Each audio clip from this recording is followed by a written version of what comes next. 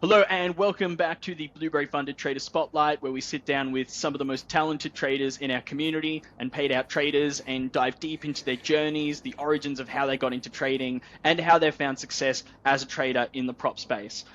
So whether you're an aspiring trader or a seasoned pro, we'd like to think these conversations give you real insight in what it takes to be successful in the prop world.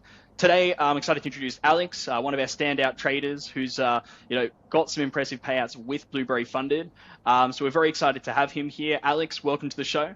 It's great to have you. Hi, nice. Thank you to having me. No, it's definitely our pleasure. So what we always start these off with is we like to ask the traders that come on to tell us a bit about their trading journey and how they got into trading. So what's your origin story, Alex? How did you originally start trading and how did that lead to you getting into prop trading and the payouts you have today? Uh, my journey in trading began at 90, 80 years.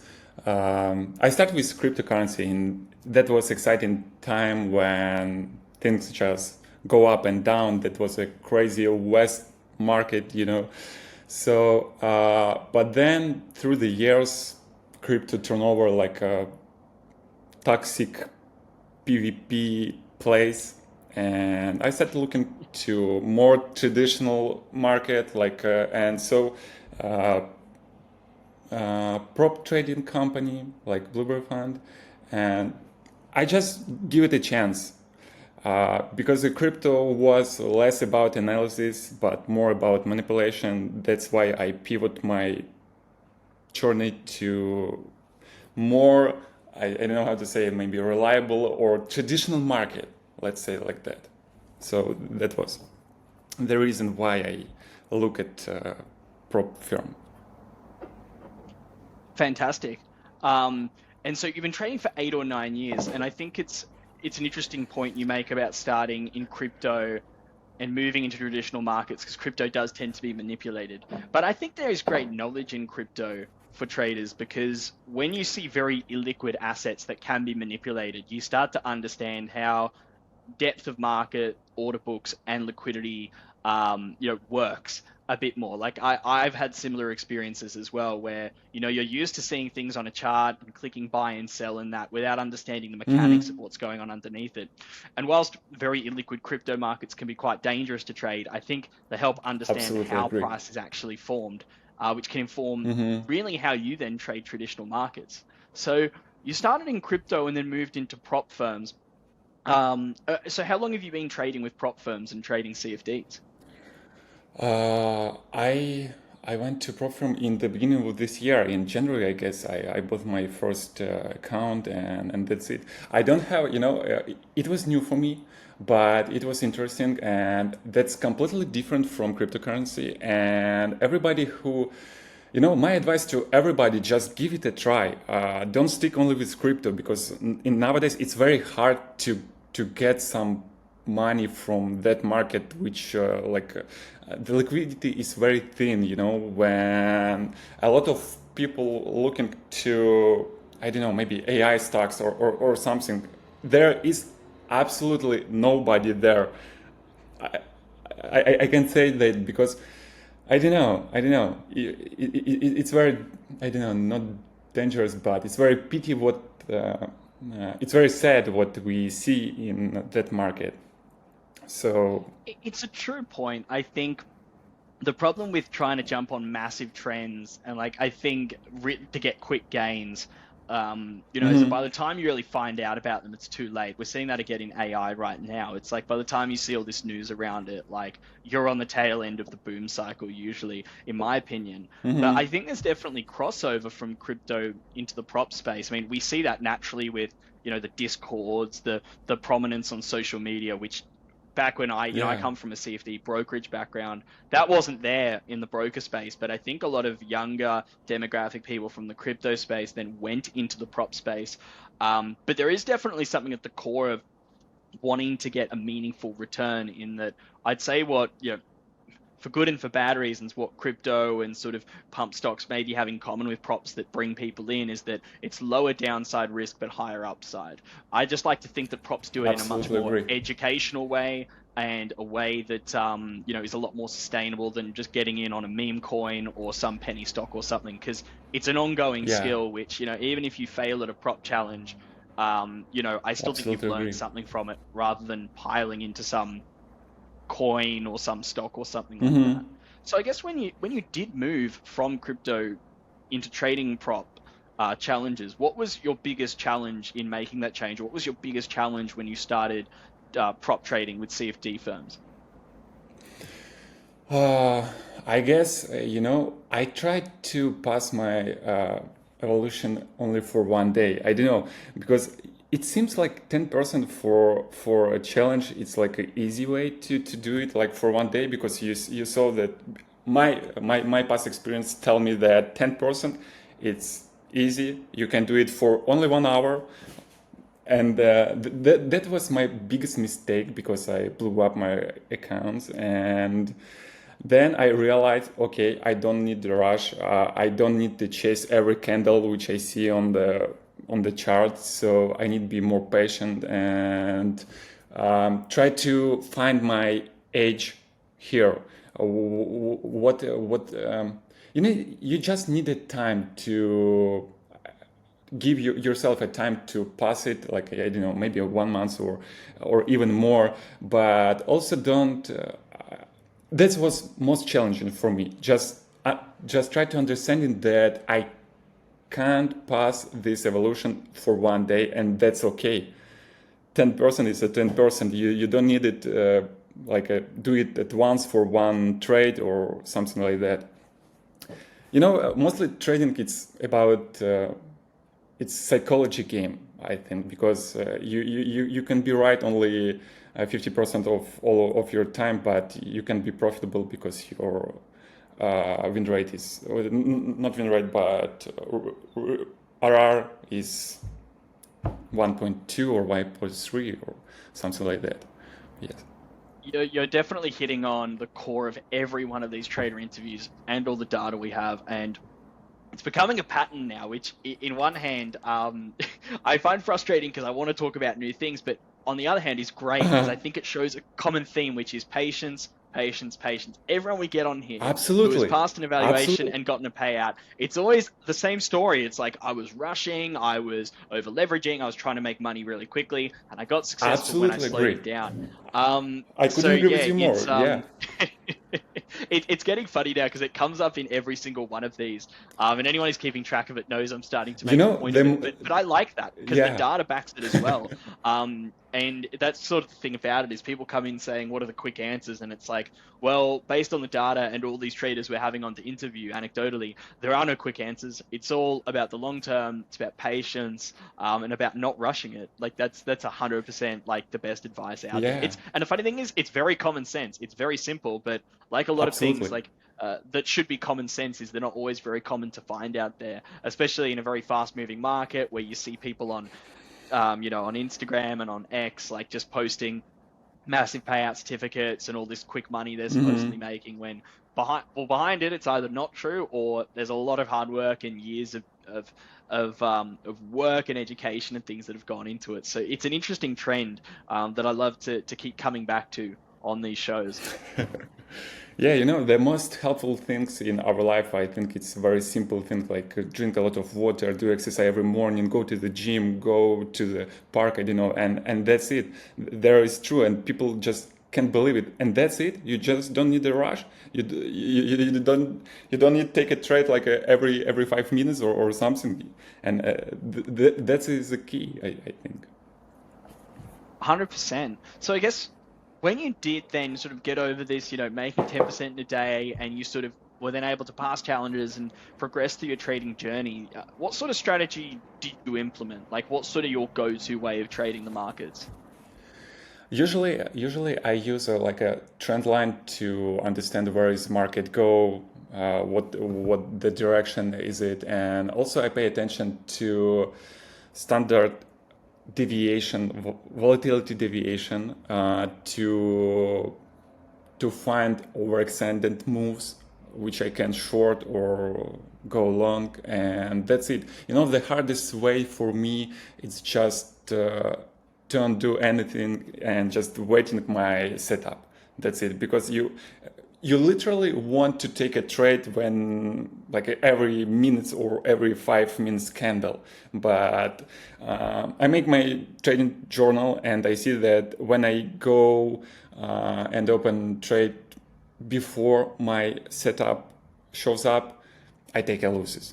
And that's teach me that I need to be patient and just waiting my setup on the chart, and that's it. And it is the hardest thing in in my journey. Interesting. So you have covered the next question, which comes down to sort of indicators or tools and that, as you're a real trend line trader, which I think is really great. And I guess in terms of, so that's a strategy you implement. Now, obviously, patience and psychology are important, but how do you manage risk to ensure long-term profitability in your trading?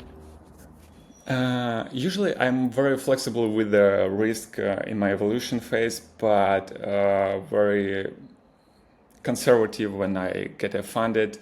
When I see my A plus setup on the chart, I allow myself to risk a little bit more than usual, because there is a famous quote that goes like, cut your losses short and let your winners run, and that's it. I understand that if I get that I'm wrong, I just close my deals and that's it. Usually, I prefer to be around 1%, but when I see A plus setup and I feel that everything is like that, like I want it, I can move to 2% or something like that. But in this game, I think if you can't save your deposit, you wouldn't be around a long time to join a win. So basically, main thing for traders is save capital and then earn money. Because if you only, how to say, I don't know. There is a statistic that show if you excluded 20 worst day in the market, your profit would be like, I don't know, 8x or something. But if you excluded 20 profitable, 20 best day, you still be like somewhere 400% or something like that. So I think basically that traders should avoid risk more than try to earn something, because when you open the trade, you take a risk, and it depends on what is your win rate or something. I don't know. Just cut it. Let's do it again, because I go so far. I like that. I like that because I always say it's like trading. The most important part of trading is not trading, or like the best trades you'll Absolutely ever agree make. with you. I absolutely agree with you. It's the trades you don't make, because it's like, because it's literally what you said. It's like you can take out all your best winners and still be a great trader on average, but if you take out your worst, but if you add your worst ones in, it makes you terrible. And that's the most important thing I try to get through to people. I mean, because like it's almost like if you take out, like, you literally look at the markets on an asset you're trading, and you look at the highest implied volatility days, depending on your strategy. If you just said, I'm going to remove any trades I ever did when implied volatility or even the VIX is over a certain price or something, and it completely changes your outcome of trading. It's like there are some parameters which you just don't cross over. But if you do, like, it can make or break the strategy that you're on. And so, it's always avoiding temptation is the other thing I always say out there, which is part of the patience and not rushing thing. No one's forcing you to trade. Like, let the market do its thing. You're just the trader, is what I say to people at the end of the day. Absolutely agree with you. And it's a really good point, because it's so tempting to trade. You're looking at, there's hundreds of assets, all these different charts, different time frames. It's very easy to start seeing shadows in the dark and be like, when you're bored, you almost want to think like, I think it's very easy to look at it like working out a muscle or something, always looking at the charts, always seeing what's going on. And there's some truth to that. Mm-hmm. But at the same time, I think that's dangerous because you start looking at other time frames, you start looking at different indicators or different ways of framing the market. That can be a great thing for expanding your knowledge. But sometimes it gives you that temptation of, is there a setup there that's not really there? And sometimes avoiding that is really important. But I guess bringing it Mm-hmm. back to your journey, so you moved directly from crypto into prop trading. Um, was there a specific reason you chose Blueberry Funded as your prop firm? And we always bring this up because look, it's a massive space. It's getting more competitive by the day. There's a lot of great options out there. There are as much as I don't like to hype up competitors too much, there are a lot of great actors out there. There's a lot of bad actors. So we always like to understand when people come on, what appealed to them about our firm, and if there's anything they like about how we operate that other traders might benefit from. Uh-huh.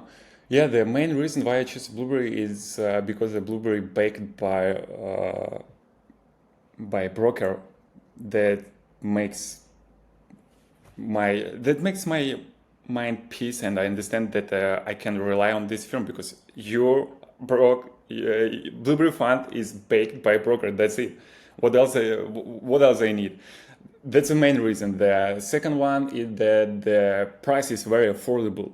You don't need to lose your money on the any other market. Just you can buy challenge and practice. That's it. I don't know the time where traders can this such of opportunities in their life. Literally, you just risking a teeny amount of money, and you can just operate like a 5k, 10k, I don't know, 50, 10,000k. It doesn't matter. Just it's all about like a risk management because you lose is fixed. Just some, I don't know, your fee. It's your losses. That's it. Then you go do like a back test your strategy and go ahead. When I don't know, I even can remember the time when traders have such opportunities. It's never been This before. is Yeah, the magic of this industry. And I want to absolutely. talk about it for a second because there's so much negativity in this space. And look, I always say jokingly, the things that make the prop industry really good are the things that also make it bad. I think one of the best things I love about this industry, which I didn't see in the broker space, is the community, the transparency, like Mm-hmm. the openness on X and social media. But that being said, that can sometimes be the worst enemy of this industry because, like, look, there are bad actors in this space. Sometimes things go Mm-hmm. wrong. But I personally believe that's a minority of the time. Even with, Mm-hmm. the myriad of firms out there, I think it's 1% of the time. But the thing is, as we know with social media, negativity and fear spread so much faster than positivity. And I think Mm-hmm. like when Yeah. we use that 1% of issues and bad experiences to like summarize the whole industry, that does more harm than good. Don't get me wrong. I think it's great to keep firms transparent and honest. We're not always Mm-hmm. perfect. We make mistakes. And when people want to point that out and we can correct it, that's awesome. But overall, I think a lot of these pages and people clout chasing, trying to get more impressions through spreading fear, it's an ultimate net negativity for the industry. And the reason for that is Mm-hmm. because I Mm-hmm. believe that no traders have never had an opportunity like this before, especially at the price points. Like I think it's amazing, purely because like if you have 50 or $100, even if you could put that in a brokerage account, some brokers don't take deposits under $100. Absolutely, Even yes. if you could put $50 in a brokerage account, you can't make a meaningful amount of money on that, Mm-hmm. even at 1 to 500, or even the crazy 1 to 1,000 leverage we see some brokers offer. But for the first time in history, someone could actually earn a meaningful monthly income for themselves off, spending $50. It's not always easy, and you got to be very sustainable Yeah. and disciplined to do it. But I think that Yeah. opportunity is amazing, and prop firms are a force for good in the retail trading industry. Yeah. But that's my sorry deviating, making this about me as I always I do couldn't agree with you as a more. trader. Yeah, I absolutely agree But with yeah, I you. guess It's bringing Yeah, I absolutely agree with you. And the one more thing, it's like a fast payout. I every my payout I got less than 24 hours, I guess, something like that. It's very fast, and that's good. Well, yeah, but definitely. I mean, looking at the prop for match payout tracker, we're sub 24 hours, but we're working on getting that even faster, to be near real time in the next few months, depending on the method chosen. So people watching can stay Hmm. tuned for that because that's going to be very efficient. And I guess, look, we do have very specific rules compared to other prop firms, and we pride ourselves on that because, we do believe in sustainability. And because of that, we always like to ask, like, what advice would you give to traders looking to pass our challenges? Uh, as I said before, don't rush. Give yourself a time. Just relax. The market will be tomorrow. You don't need to chase every 5 minutes or 1 minute candle. That's not make sense. You just go and blew up your account eventually. That's it. You did it before. You've seen that before. Just give your time. I don't know. Find your setup. Find your edge to do backtest and implement it. That's it. There is no magic. Like I'm like you. I blew up my first, I don't know how many accounts, and now I also can just blew it up. Sometimes I don't know. It happens from. It just happens, and it's okay. You literally couldn't win every single trade. That's okay. Just relax. Bad days happens, and but um, if you stay here, just find your edge, do backtest, buy a new challenge, promise yourself that that time will be different, and try. Write down your mistakes in your journal before you open your trade. Just read it. There is your setup or no, why you open it. Maybe it's some kind of emotional game, some kind of psychologist. Just close your laptop, I don't know, iPad or whatever you trade, and that's it. Just give your time. That's it. Basically, that's it. I don't know how to say what. There is no any secrets how to pass, how to get payout. Uh, I guess 80% of this play it's psychology. That's it. If you have a good setup, if you backtest it, that's it. Give your time and that's it. Yeah, I mean, it all comes down to taking your time. I keep saying it every time we film one of these. Every day I look at the data and see the successful traders. It's all about patience. Patience is a virtue, as the saying goes, ironically. But I guess what does the future hold for you, you think, Alex? I mean, I always ask people this, like, what's your goal and where do you see yourself in over the next few years in trading? Ooh. I didn't. Sorry, it sounds like a I job just. interview, doesn't it? It's where do you see yourself in 5 years? We genuinely want to know because I think so many people, they want to become a career trader and that might be the goal. But sometimes when they become a career Uh trader, I always ask, what do you want to do now? Do you want to scale to more capital, move into different asset huh. classes, or does trading help fuel other aspirations in your life? Yeah, I Hmm. always find it very interesting to know like what's at the core of the future of someone's Yeah. journey, not just how they got to where they are It's very now. good question. Yeah, it's very good question. I guess everybody want to scale up their capital and growing up fast or slow, but surely. So, uh, what about me? I like this process. I enjoy it. But first of all, when I was in crypto, it was easy start. It was very easy to came in this market and try to do something. But then I realized I like it. I like to read research, see like this global news about economy, Fed news, and this kind of things. Um, I feel like a duck into water. I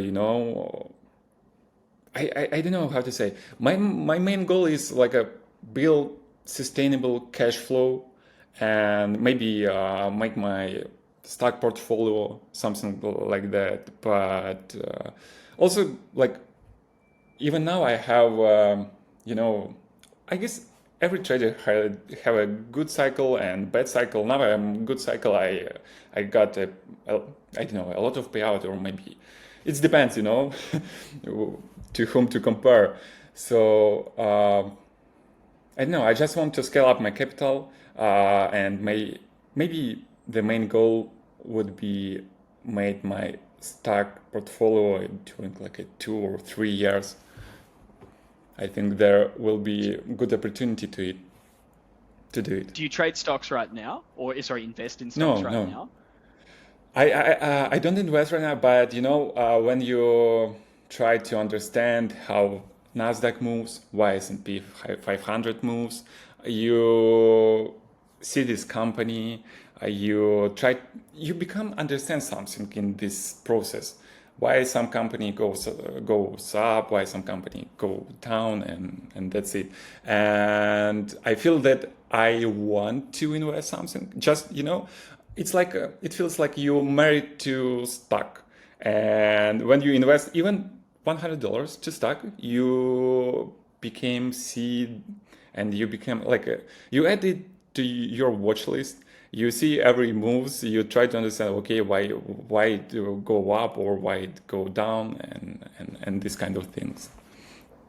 It's very interesting, Alex, because like I kind of agree in a way, and we're not always in the business of talking about other asset classes, but I do think it's important for people, and this is just my own, personal opinion, is, you can view CFD trading as like, obviously it's very short to midterm, but then you've got things like stocks, ETFs, managed funds, and other things for long-term investments. The thing about those is to get meaningful compound returns over time, you do need to start with a lot of capital. Yeah. And I guess sometimes the short-term growth and the short-term things you look at, you can partition part of those gains and then put them into longer-term investments.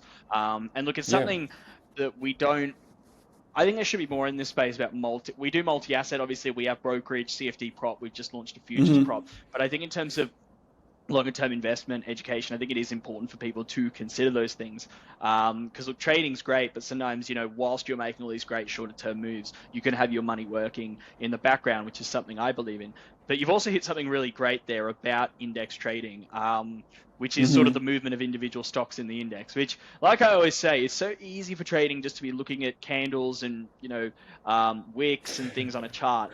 But really, and no one talks about this enough in trading education for index markets, especially in the prop space. Everyone's always looking at, ICT, liquidity zones, charting. But the thing is, when you're trading an index, you got to remember it is an index, and you need to be looking at Absolutely. like things like, when do they rebalance the index? What time of day does that happen at? What stocks take up the most value in it? Like, yes, when it comes to NASDAQ, you can look at the classic FANG stocks and things and know that they're moving the majority of it. But I always encourage people to look into other index markets as well. Like, I do it a lot here locally with, the ASX 200, for an example, because you can find a lot of random edge in these indexes. Indices, I should say. You can find a lot of edge in how they rebalance individual stocks in it that take up a certain weighting being removed or added, or having dividends announced or earnings. And no one talks enough about this in this space, despite the fact, to me, that's again, uncommon common sense as to how they work. That's a very important thing, I think, for index markets that I've never talked about on really any podcast or anything, but I think it's something that people need to be more aware of in this space. But I only say that from personal experience, because I've always preferred to trade index CFDs over like commodities or FX personally.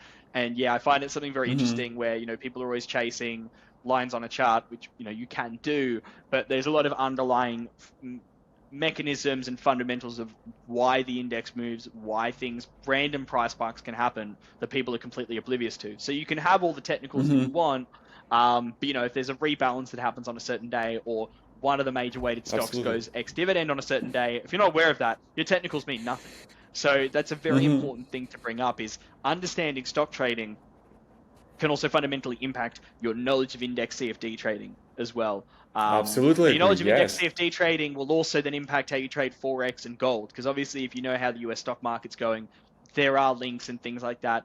Just as an example, it's a very rough one as to, how risk on gold is going to be, how the VIX is operating, and likewise, understanding Forex impacts how you trade index markets and stock markets as well. You want to know what the Fed's doing. You want to know how that's going to impact the economy. So yeah, it's definitely understanding like multi-asset correlations impact is something that is vital. Like, I think we're in an industry that's always like, here's how you look and analyze a chart on gold, and that's 90% of the market, when I think there's a lot of other fun, great, interesting ways to trade in sort of a macro fundamentalist sense that I think, yeah, it's not very exciting because I think people want the quick answer. They want to look at a chart and be like, here's the buy, here's the sell, but they need to also do the deep research as well. And I only say that it's, not even just because the data says that and I look at what all the traders do, but also because that's how I like to trade personally. So it means a lot to me that you've brought Me that up, too. and I'm glad we've had a chance to talk about it.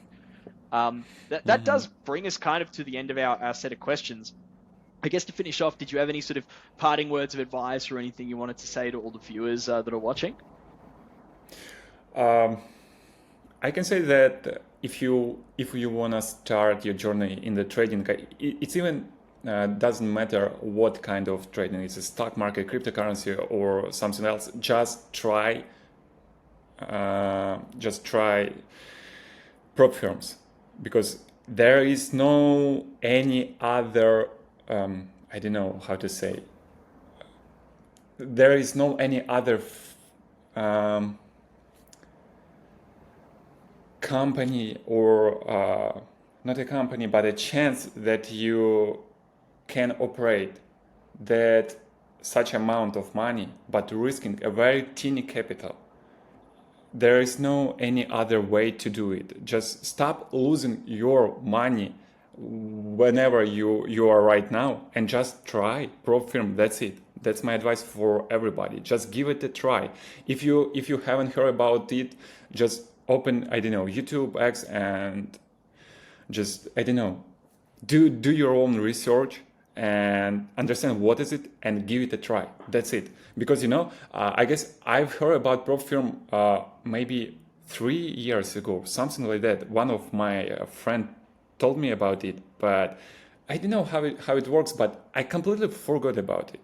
I came into prop space only in the beginning of this year, and I just waste 2 more years. Who knows what I can get from that time. Well, yeah, I mean, you've been doing this since January and you're already receiving payouts and finding success as a trader. So it takes some people years to do that. But I think you're right in that, and I've said this before, like, I mean, not that, spending $50 or $100 is an insignificant amount of money. It can be quite a lot of money to some people. But I'd say, like, look, yeah, you'll see AI pump and dump stocks and pump and dump penny stocks and crypto meme coins out there. They come with tremendous risk. Now, prop trading also comes with risk, but I would say it's something that rewards skill and sustainability. Like, picking a just a random coin to invest in, things like that, you could argue there's skill in that. There's knowledge of market fundamentals, but I'd say that prop trading balances low money down, low downside risk for high upside with skill, and something you're, to an extent, in control of. And I think that is a very rare opportunity in this day and age, and something that I think is great, coming from the CFD broker space. I remember when I started trading when I was, a lot younger. You put $200 in, you're almost tempted and forced to take a lot of risk, because you want to turn $200 account into $1,000 account very quickly. You got to take a lot of risk to do that, and you're probably just going to blow the account. So it's one of those things where if you don't have a lot of capital to start, I actually think you end up taking more risk, ultimately. And props are sort of a solution to that, for the most part. That's why I'm really glad that they exist. I'm obviously biased because I run a prop firm, so a bit of a shameless plug of self-promotion for Blueberry Funded.